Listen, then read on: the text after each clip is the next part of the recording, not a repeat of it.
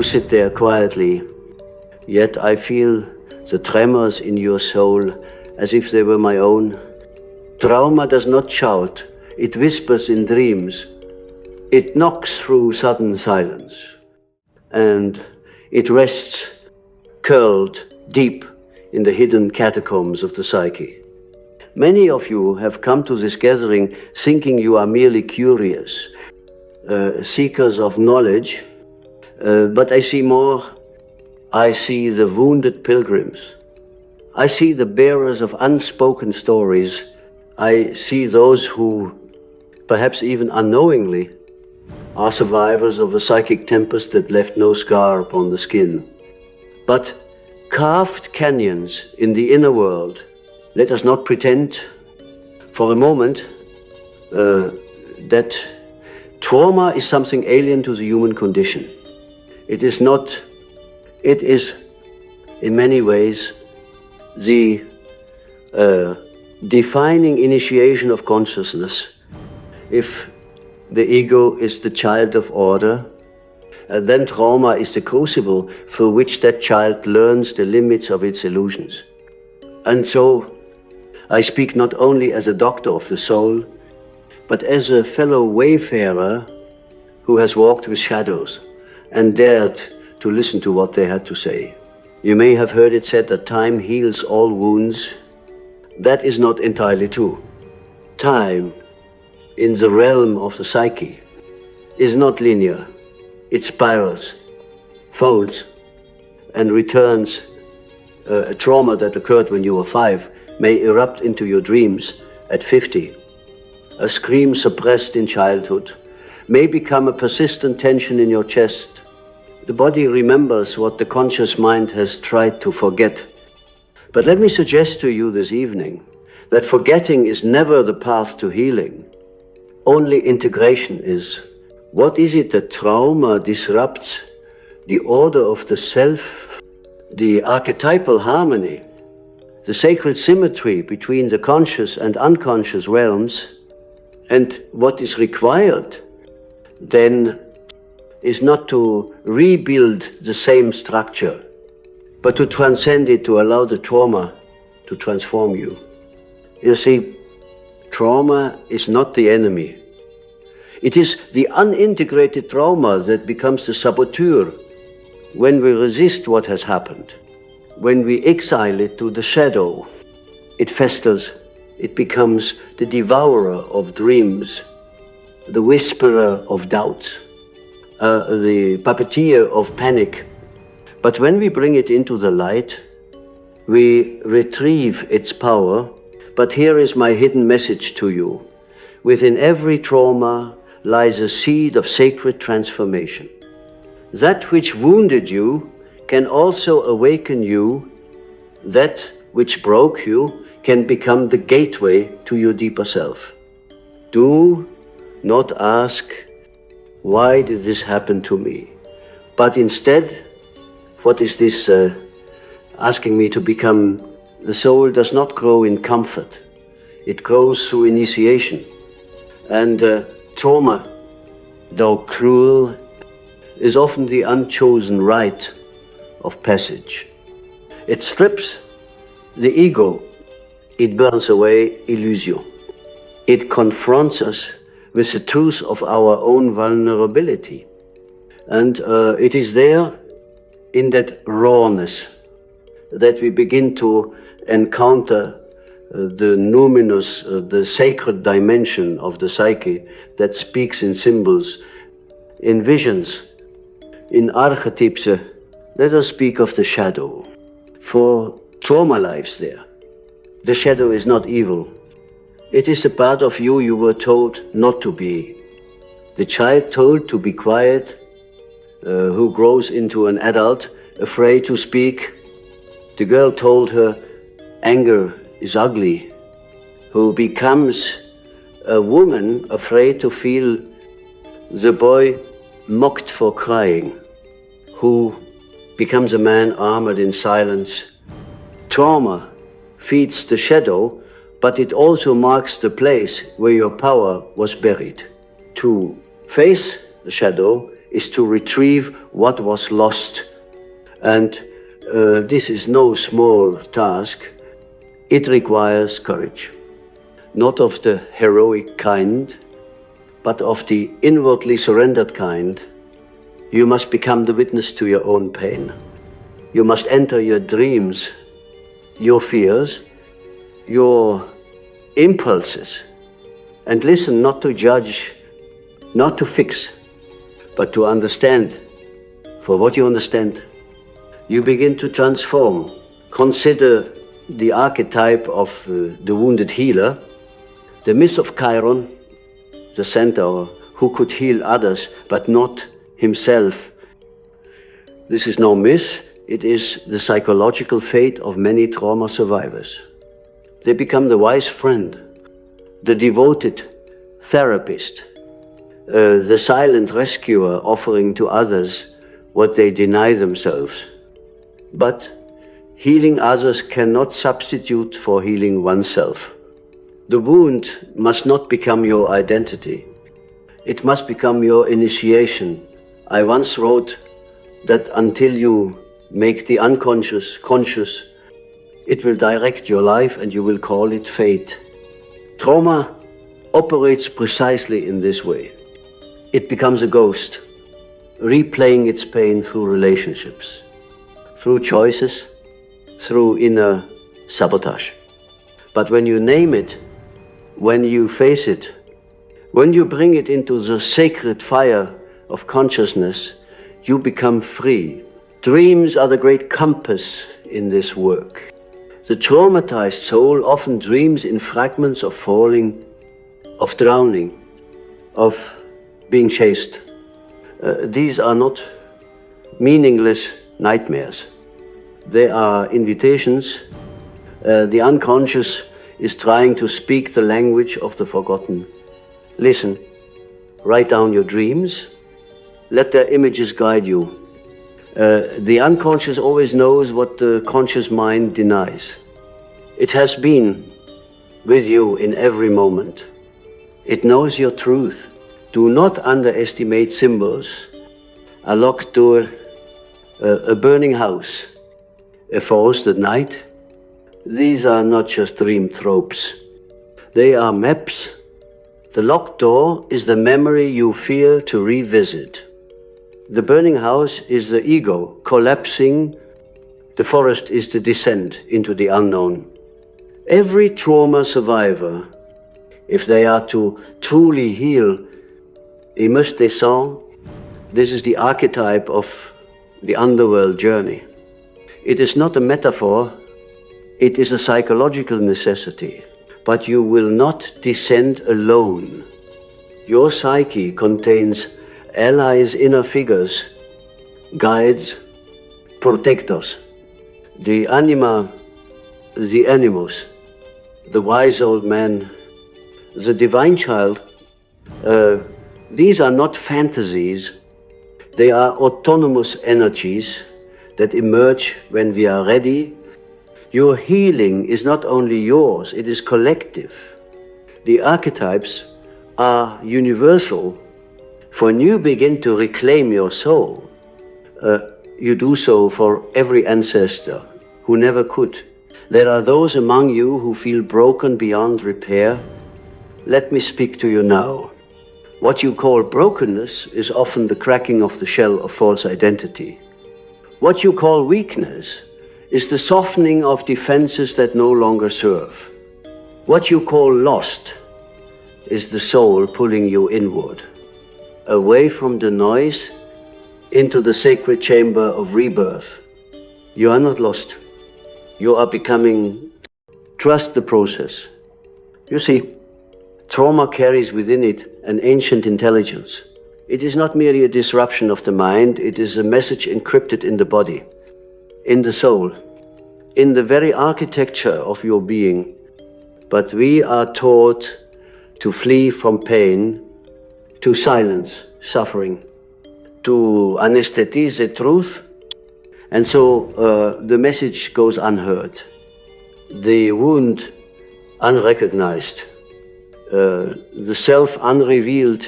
Let me speak to you now of The alchemical path for trauma, when embraced with awareness, becomes the prima materia, the raw substance through which transformation is possible.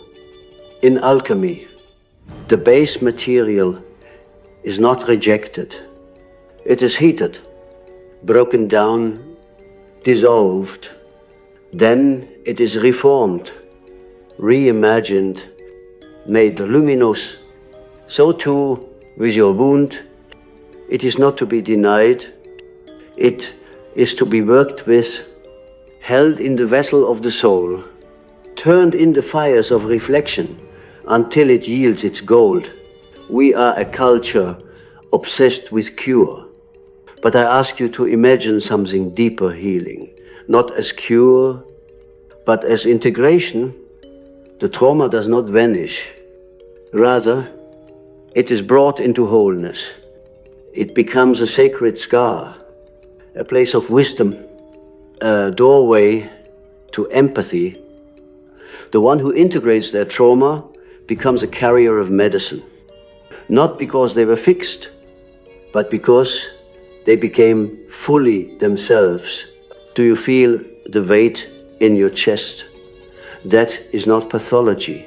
It is the unspoken story begging to be heard. Do you sense the tears that rise? For no reason, they are your psyche's rain, trying to water the seeds buried long ago. Nothing in you is random. Every fear, every ache, every self-sabotage is a glyph, a signpost pointing to what is unfinished. The survivor becomes the alchemist when they begin to read the symbols not as curses but as clues. There are no shortcuts in this work. The descent must be made. The night sea journey must be undertaken. In every myth, the hero must enter the underworld. So must you, but not to conquer, not to slay. To understand, you are not at war with your pain, you are its translator. Listen deeply. Sit with the ache until it speaks. Sit with the rage until it weeps. Sit with the numbness until it remembers. What does your trauma ask of you? Not pity, not indulgence. It asks for recognition, for contact. It asks to be brought home. And here is the paradox. The more we try to avoid our suffering, the more it pursues us. The more we face it, the more it transforms. Your wound is not a prison, it is a portal. The child you were still lives inside you. The child who was frightened, the child who felt unseen, the child who wanted to scream but didn't. That child is not gone. He or she waits in dreams, in moments of regression, in flashes of emotion. You do not understand. Reparenting the inner child is not a new age cliché, it is psychological necessity. You must become the one the child needed. You must learn to hold your own trembling hand. And as you do, the psyche begins to shift. The inner world reshapes. What was once fragmented begins to cohere. Symbols return, dreams deepen, emotions soften. The soul begins to breathe again. But understand, this healing is not linear. You will revisit the wound many times. Each time at a deeper octave. Do not be discouraged. Spiral healing is sacred healing. We have spoken of archetypes, but let us return to them now with reverence. The orphan, the warrior, the sage, the destroyer, the lover, the victim, these are not just roles, they are energies within you, waiting to be activated and balanced. Trauma often locks us into one archetype, you may become the eternal victim or the eternal warrior. But healing is the reintegration of all the archetypes so that none dominate and all contribute. You are not just a trauma survivor, you are a mythic being in a human skin.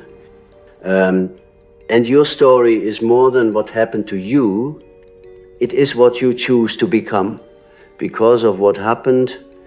This is the secret of individuation, the sacred path of becoming who you truly are, shaped but not defined by your past, informed but not imprisoned by your pain. Ask yourself now, what dreams have I abandoned because of what I endured? What voice inside me did I silence to survive? What parts of me have I banished to the exile of the unconscious? These questions are not for the intellect. They are invitations to enter the temple of the inner world. In that temple, you may find images, a cracked mirror, a weeping statue, a locked chest. Engage with them, speak with them. This is the technique of active imagination, not mere fantasy, but sacred dialogue. Sit with the image until it moves. Ask it why it appears. Ask it what it needs. The unconscious will respond always in symbol, in emotion, in energy. Many who carry trauma also carry shame. Let us speak clearly. Shame is the most corrosive of psychic poisons. It is the belief that the wound is not what happened, but who you are. That is a lie. The soul is never shameful. The soul is incorruptible. Shame is a veil cast by the wounded ego, by a world that did not know how to love you. Your task is to burn that veil in the fire of truth. And what is the truth?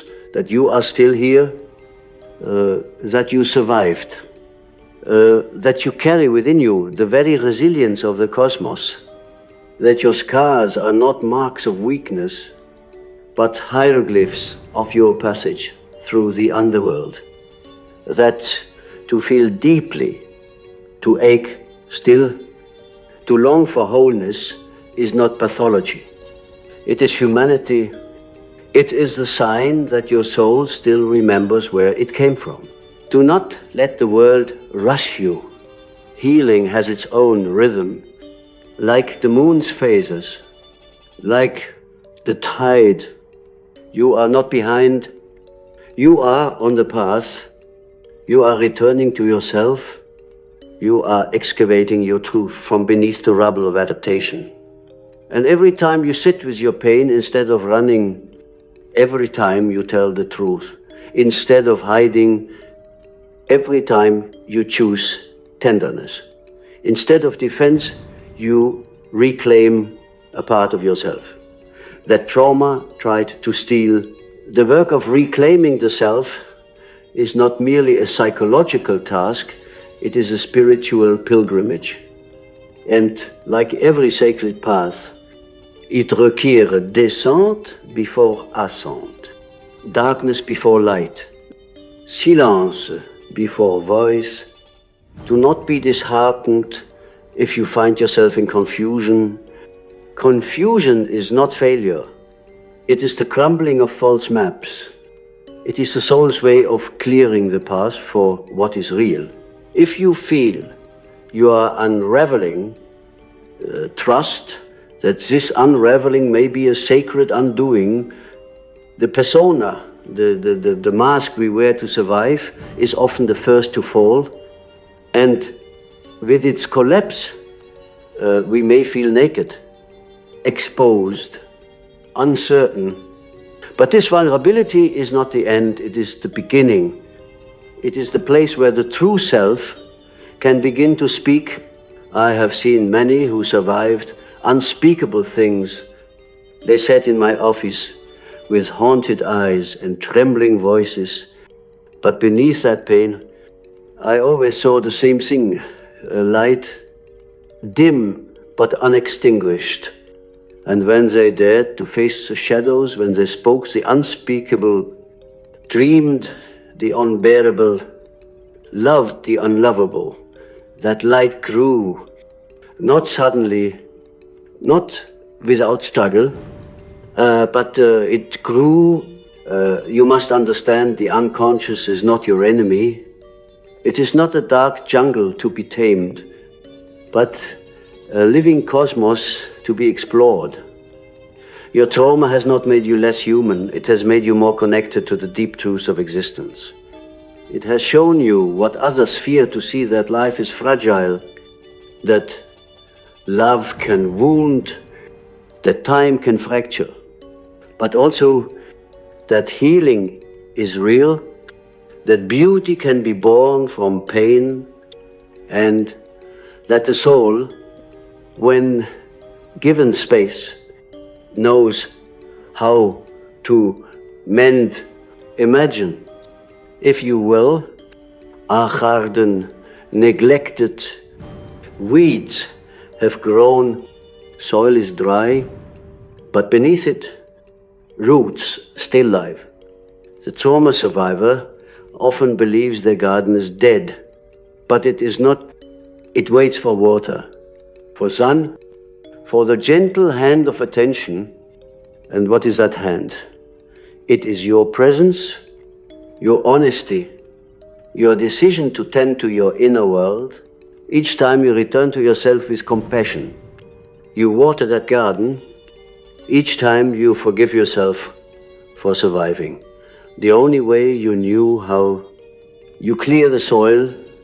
Each time you speak your truth, even if your voice shakes, you let in light, and slowly the inner world blossoms.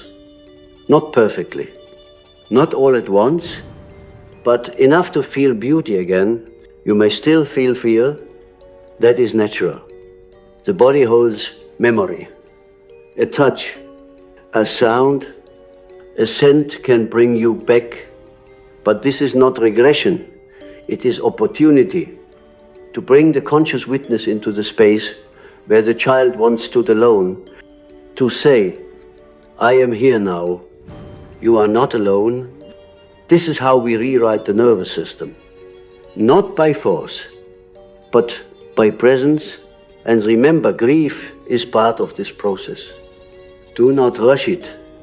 You are not only grieving what happened, you are grieving what did not happen. The love you did not receive, the safety that was not there, the childhood that was taken. These are sacred losses. Let yourself mourn them. Let the tears come. Grief is not weakness. It is the soul's way of honoring what mattered. I tell you this, the wound is not the end of the story. It is the axis around which transformation turns. It is the place where the divine meets the human. And when you bow before your wound, not in defeat, but in reverence, you will find it begins to speak, not in curses, but in visions. Many of you have been told you are too sensitive, too intense, too much. I say no. You are attuned. You feel what others suppress. You carry a sensitivity that, when healed, becomes intuition. Be careful not to confuse trauma reactions with spiritual gifts, but know that often they lie side by side. And with integration, the gift emerges from beneath the reaction. Do not let the world pathologize your depth. Do not believe the voice that says you are broken beyond repair. That is the voice of a culture afraid of feeling you are not too much, you are enough. And your journey, though hard, is holy. You are not just healing for yourself, you are breaking generational chains. You are changing the blueprint. You are altering the future And perhaps that is why you were chosen to bear what you bore, not as punishment, but as initiation. The mystics all knew this, that the deeper the pain, the deeper the capacity for love, that the descent into darkness, if not avoided, becomes the staircase to the sacred. You are walking that staircase now, step by step, wound by wound, light by light. There may be days when you feel nothing is changing, but change is not always dramatic. Sometimes it is the softening of a clenched jaw, the return of a forgotten laugh, the ability to say no, the courage to rest. The moment you hold your own gaze in the mirror and do not flinch, these are not small things. These are sacred milestones. Mark them, and when you feel strong enough, begin to tell your story. Not to everyone, not all at once, but in safe spaces with safe souls. Your voice is part of your medicine. Speaking is how the soul exhales. When you speak your truth, you make it real. And in doing so, you invite others to do the same. You become the wounded healer, not as a martyr, but as a mirror of hope. What then does it mean to be whole? Not perfection, not the absence of pain. Wholeness is the capacity to hold contradictions, to be fierce and tender, to mourn and to laugh, to be terrified and to act anyway, to carry sorrow in one hand and wonder in the other and still dance. Wholeness is not a fixed state. It is a dynamic balance, a sacred rhythm between shadow and light, spirit and flesh, memory and presence. If you wait until you are unafraid to live your truth, you may never live. Courage is not the absence of fear, it is moving in spite of it. And you will feel afraid. You will question yourself. You will long to go back to numbness. But something in you, something ancient, something holy will keep pulling you forward. Follow that pull. It is the thread of your individuation. The path is not easy, but it is worth it. Every time you choose truth over illusion, you strengthen your center. Every time you listen to your body, you rebuild trust. Every time you soothe your inner child, you create safety. This is the quiet revolution of the soul. It will not make headlines, but it will change everything. Some of you carry inherited pain, trauma passed down like an unwanted heirloom, stories that were never spoken but always felt. You are the one breaking the cycle. You are the one turning pain into wisdom.